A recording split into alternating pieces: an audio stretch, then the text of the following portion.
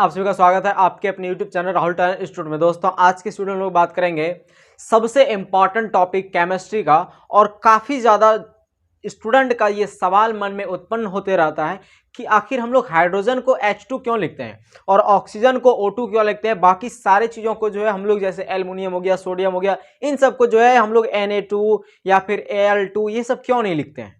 तो दोस्तों आज की इस वीडियो में हम लोग जो है इसके बारे में टोटल आपको जवाब क्लियर करा दिया जाएगा कि कैसे आखिर लिखते हैं, और ये काफ़ी ज़्यादा स्टूडेंट का सवाल रहता है, कई सारा, और काफ़ी ज़्यादा कन्फ्यूजन में भी रहता है। तो दोस्तों इस वीडियो को बिना देर किए, यानी कि अगर आप देखें तो इस वीडियो को अगर आप बिना स्किप किए देखें तो आपको जो एक अंत तक इस वीडियो के कंफर्म हो जाएगा इस चीज़ का।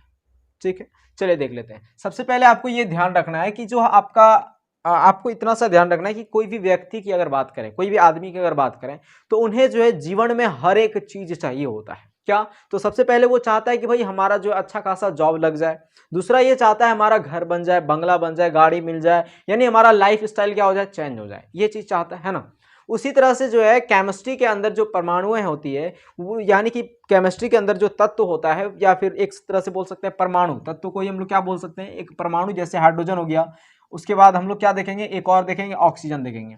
तो जो केमिस्ट्री के अंदर ये जो होता है, ये भी सोचता है कि हमारे पहले कक्षाओं में जो है 2 इलेक्ट्रॉन रहे और अंतिम कक्षाओं में 8 इलेक्ट्रॉन रहे। तो ये भी अपने आप को मोक्ष समझ लेता है कि पहले कक्षा में भाई कितना इलेक्ट्रॉन रहे, 2, और अंतिम कक्षाओं में 8। अब ये इलेक्ट्रॉन क्या चीज होता है तो ध्यान से समझिएगा। हाइड्रोजन का परमाणु संख्या आपको पता होगा 1 होता है। हाइड्रोजन का परमाणु संख्या 1 होता है। अब ये जो पहली कक्षा की बात करें तो इसके बारे में मैं उम्मीद ही कर सकता हूं कि आप ये इलेक्ट्रॉनिक विन्यास वगैरह तो जानते ही होंगे, और अगर नहीं जानते हैं तो आप बेसिक केमिस्ट्री का वीडियो देख लें, वो जो है आपको लिंक डिस्क्रिप्शन में दे दिया गया है, वहां से क्लिक करके आप देख सकते हैं। ठीक है, तो हाइड्रोजन जो हो गया, इसको हम लोग H2 क्यों लिखते हैं, ये मेन बात है। तो हाइड्रोजन यानी कि इसमें जो इलेक्ट्रॉन की संख्या होती है वो कितना होता है, यानी बोल सकते हैं परमाणु संख्या इसका कितना होता है, 1। और हाइड्रोजन को हम लोग जो है इस तरह से लिख सकते हैं, परमाणु संख्या को जो है, यानी हाइड्रोजन का परमाणु संख्या 1 और इसके इलेक्ट्रॉनिक विन्यास यानी इलेक्ट्रॉन कितना हो गया, 1 हो गया, और इसको इस तरह से लिख सकते हैं। अब बताइए आपको कि पहली कक्षा में कितना इलेक्ट्रॉन होना चाहिए। कोई भी परमाणु क्या चाहता है कि पहली कक्षा में उसका 2 इलेक्ट्रॉन हो। तो ये 2 इलेक्ट्रॉन कहां से लाएगा, तो ये क्या करता है, एक और हाइड्रोजन इसके साइड में लिख देते हैं। अब ये क्या करेंगे, तो यहाँ पे जो है ये भी, यानी देखिए अब हाइड्रोजन को कमी है ना H2 का, तो ये क्या करेगा, दौड़ भाग करना शुरू कर देता है। जैसे देखिए आदमी को अगर किसी चीज की जरूरत नहीं होती तो वो आदमी के ही पास जाता है ना। ऐसा थोड़ी कि आदमी को अगर किसी चीज की जरूरत है, पैसा का जरूरत है, वो जानवर के पास जाएगा। तो आदमी को अगर पैसा का जरूरत है वो आदमी के ही पास जाएगा। उसी तरह से हाइड्रोजन को एक और इलेक्ट्रॉन की जरूरत पड़ता है पहली कक्षा में 2 इलेक्ट्रॉन पूरा करने के लिए, तो वो हाइड्रोजन के ही पास जाएगा। अब ये हाइड्रोजन जो है इससे मांगेगा, कहेगा भाई हमको 1 इलेक्ट्रॉन दे दो। तो ये हाइड्रोजन कहेगा नहीं, हम तुमको अगर 1 इलेक्ट्रॉन दे दिए तो हम क्या करेंगे फिर। तो ये इस सिचुएशन में दोनों मिलकर के क्या करता है, कहता ठीक है तो हम भी अपना इलेक्ट्रॉन आगे बढ़ाते हैं और तुम भी अपना थोड़ा सा इलेक्ट्रॉन आगे बढ़ाओ, और ये जाकर जो है जुड़ जाता है, यानी ये बंधन बना लेता है, एक बंधन बना लेता है। और इसका कहना ये होता है कि जब तुमको जरूरत पड़े, इसका कहना तो जब तुमको जरूरत पड़े तो तुम जो है इसको अपने में मिला लेना, और हमको जब जरूरत पड़े तो हम इसको अपने में मिला लेंगे। तो यहाँ पे जो है इस मजबूरी के कारण जो है हाइड्रोजन का 2 अणु हो जाता है, और इसको हम लोग जो है H2 लिखते हैं। ठीक है, एक और तरीके से इसको आप समझ सकते हैं। जैसे देखिए हाइड्रोजन, ये यहाँ पे हमने हाइड्रोजन लिख दिया, ठीक, उसके बाद यहाँ पे भी हमने एक हाइड्रोजन लिख दिया। ठीक है, अब देखिए हाइड्रोजन का जो अणु है वो कितना होता है, यानी इलेक्ट्रॉन कितना होता है, 1, और ये हाइड्रोजन का भी इलेक्ट्रॉन कितना है, 1।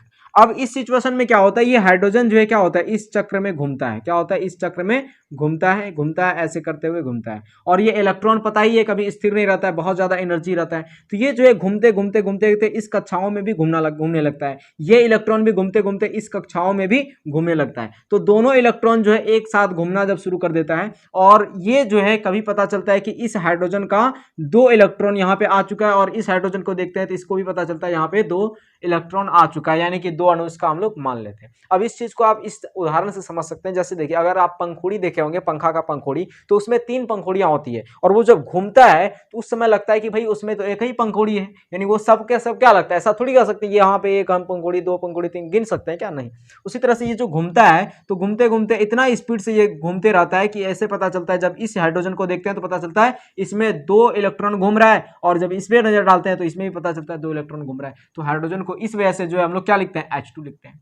उम्मीद करता हूं आप H2 यानी कि हाइड्रोजन को H2 क्यों लिखते हैं समझ गए होंगे। ठीक है, उसी तरह से अब ऑक्सीजन की बात करें तो ऑक्सीजन का जो परमाणु संख्या होता है वो कितना होता है, 8। अब इसको कैसे लिखेंगे 2 और 6, यानी कि पहला कक्षा में 2 और अंतिम कक्षा में 6। अब ये अंतिम कक्षा में कितना इलेक्ट्रॉन पूरा करना चाहेगा, तो 8 इलेक्ट्रॉन पूरा करना चाहेगा। अब इस सिचुएशन में ये 2 इलेक्ट्रॉन तो किसी से मांग नहीं सकता है, किससे मांगेगा, अपने जाति के लोगों से ही मांगेगा। तो क्या करेंगे, तो ऑक्सीजन यहां पे है, इसके अंतिम कक्षा में 6 इलेक्ट्रॉन है, लिख दीजिए 2 इलेक्ट्रॉन, 2 2 4 और 2 6 इलेक्ट्रॉन, ठीक है ना। अब ये किससे मांगेगा भाई 2 इलेक्ट्रॉन, तो ये मांगेगा ऑक्सीजन से ही 2 इलेक्ट्रॉन मांगेगा। तो यहां पे हमने लिख दिया ऑक्सीजन का भी 2 इलेक्ट्रॉन, है ना, ये हो गया। अब इस सिचुएशन में ये कहेगा भाई हमको तुम 2 इलेक्ट्रॉन दे दो, और ये तो चाहेगा नहीं, क्योंकि इसको भी तो अपने अंतिम कक्षा में क्या इलेक्ट्रॉन पूरा करना है, 8 इलेक्ट्रॉन पूरा करना है। तो इस सिचुएशन में कहता है चलो ठीक है, हम अपना इलेक्ट्रॉन जो है आगे बढ़ाते हैं और तुम भी जो है अपना इलेक्ट्रॉन आगे बढ़ाओ। और इस सिचुएशन में ये जो है बॉन्ड बना लेता है, यानी बंधन बना लेता है। अब ये जो बंधन बनाया उस समय ये क्या करेगा, तो उस सिचुएशन में ये करता है भाई 2 2 4 और 1 5 और 1 6, यानी अभी तो 6 हुआ, क्या हुआ 2 2 4 2 6 को हुआ ना, 2 2 4 और 2 6। अब इस सिचुएशन में कहता है भाई तो हमारा तो 6 ही हुआ। अब फिर कहेगा कि नहीं चलो ये भी बना लेते हैं हम लोग, है ना।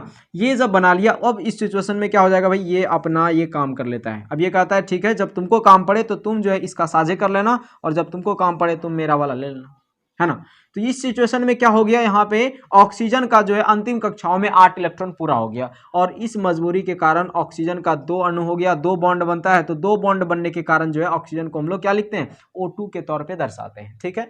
उसी तरह से जो है अगर देखें तो अगर आपको जो है जैसे नाइट्रोजन हो गया, क्लोरीन हो गया, ये सभी गैसों में जो है अधिकतर जो गैसें होती है ऐसे ही लिखा जाता है, क्योंकि गैस जो होता है वो क्या होता है, वायु मतलब एक तरह से वो बिखरते रहता है, इसका जो परमाणु होता है ये मतलब बिखराव होता है इसमें। लेकिन अगर धातु की बात करें, जैसे एल्युमिनियम हो गया, आप कहेंगे एल्युमिनियम को Al2 क्यों नहीं लिखते हैं, और भी हो गया सोडियम, सोडियम को N2 क्यों नहीं लिखते हैं, ये सब जो है एक धातु है ना, और ये एक अधातु है जो कि गैसीय अवस्था में होता है। और H को जो है H2 इस वजह से लिखते हैं, O को O2 इस वजह से लिखते हैं। आप समझ गए होंगे। तो दोस्तों उम्मीद करता हूं आपने इस चीज को समझ लिया होगा कि H यानी हाइड्रोजन को H2 क्यों लिखते हैं और ऑक्सीजन को O2 क्यों लिखते हैं। अगर आपको समझ में आ गया है तो कमेंट सेक्शन के माध्यम से आप हमें बता सकते हैं कि हाँ हमें समझ में आ गया। इतना तो आप कर ही सकते हैं, और उस कमेंट को ही देख करके हमें जो है एक अलग टाइप का मोटिवेशन मिलता है, जिस वजह से हमें ये भरोसा हो जाता है कि भाई हम जो बता रहे हैं आपको वो बखूबी समझ में आ रहा है। ठीक है, तो दोस्तों मिलते हैं अगले वीडियो में, तब तक के लिए जय हिंद, जय भारत।